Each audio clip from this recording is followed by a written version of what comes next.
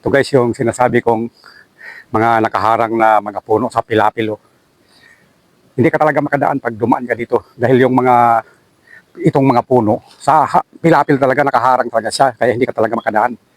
Kaya dumabong ito dahil ang mga puno na ito ay alipata. Natatakot sila magtapas dahil pag matalsikan daw yung mata mo nito, mabubulag ka at saka kahit mapunta sa mga balat mo, yung balat mo mapapaso ng dagta nitong alipata. Kaya pinabayaan lang nila. Kaya kumapal yung alipata. Nakita ko ngayon. Ang ginawa ko, sumot ako ng ng gear. Kasi sa barko rin ako dati galing eh. Number 1 yung company namin sa safety. Yung company namin yung BP Shipping. Number 1 yun sa safety. Dapat nga naka-breathing aparato ka pa eh.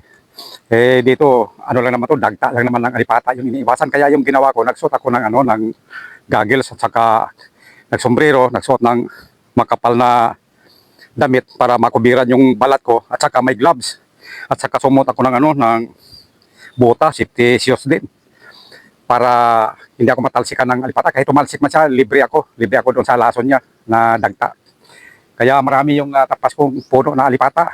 5 puno siguro to. Yung mga nakaharang dito, ayan o. Tinapas ko talaga yan. Hindi ko pa matanggal dahil ano pa eh, mahirap hilahin, matigas pa. Saka nagugutom ako eh. Balikan ko na lang to.